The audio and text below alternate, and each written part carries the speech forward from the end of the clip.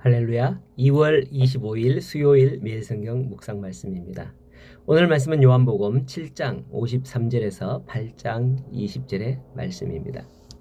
세상에는 그 배우를 알지 못하는 각종 음모들이 가득합니다. 얼마 전 미국 전 대통령이었죠. 오바마가 한 토크쇼에서 외계인설을 퍼뜨리는 바람에 그게 실제니 아니니 하는 그런 말들이 많았습니다. 일개 국민이 아닌 세계 최강대국의 대통령이 그러한 발언을 했으니 그 여파는 실제로 온 세계를 흔들었죠.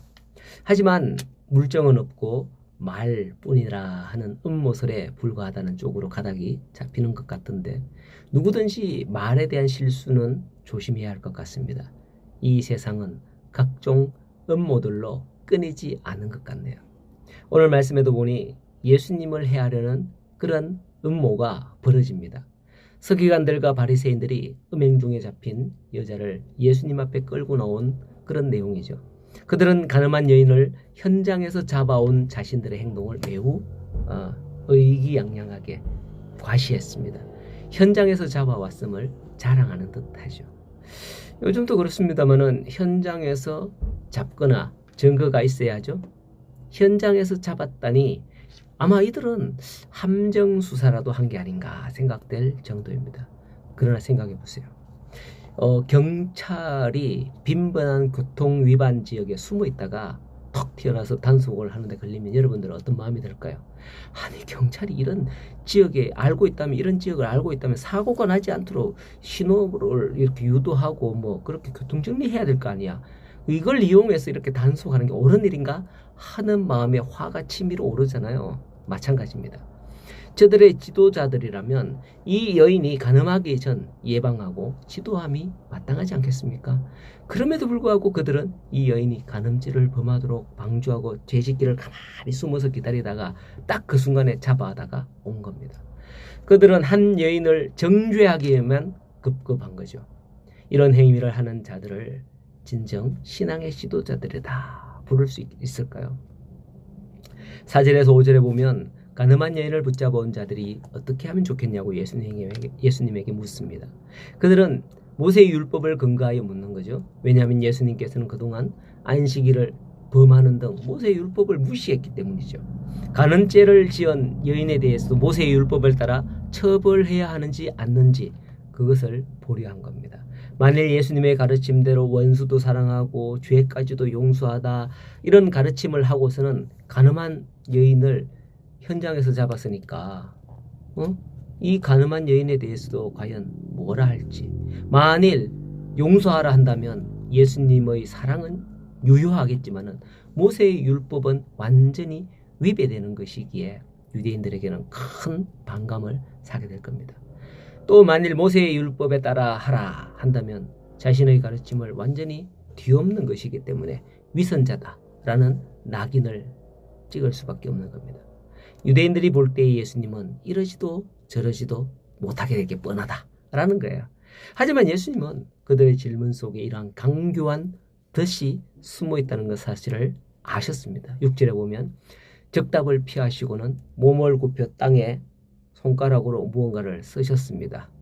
성경에는 나오지 않기 때문에 뭘 썼는지는 사실은 몰라요. 그러나 결정을 내려주기를 재촉하는 이들에 대하여서 이 다음에 하시는 말씀의 내용을 보면 대략 뭘 썼는가 짐작은 할 수 있습니다.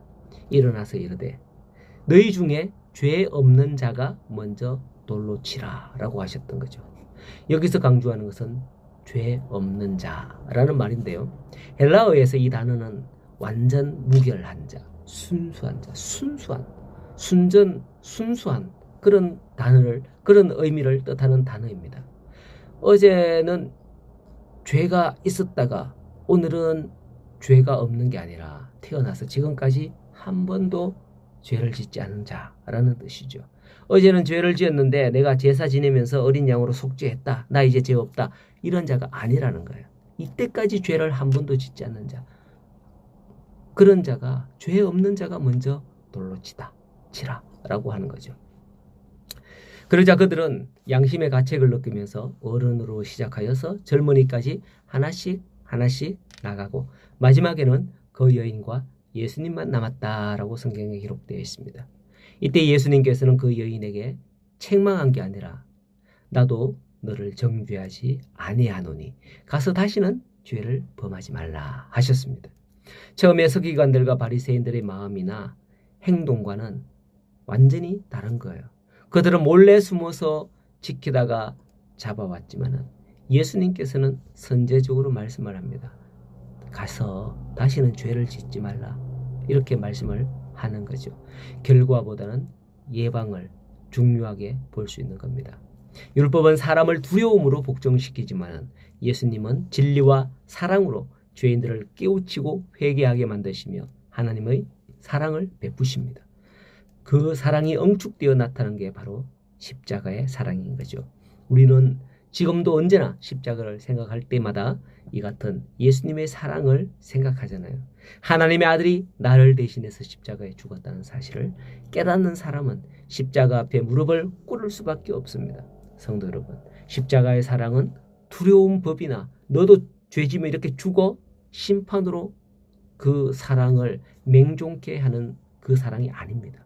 그 사랑을 경험한 사람은 스스로 옳거니 나는 이런 죄인이었구나. 그런데 예수님께서 나를 대신해서 십자가에 대신 죽으셨어 하면서 그 십자가의 사랑 앞에 스스로 무릎을 꿇는 겁니다.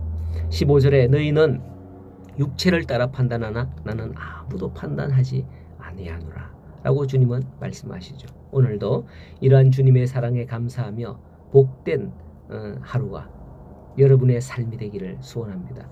여러분이 주님의 사랑에 감사하며 살 때 감사가 넘치는 삶은 복된 삶이 될 것입니다. 오늘도 복된 하루를 살아가는 우리 모든 성도님들 되기를 간절히 소원하고 축복합니다.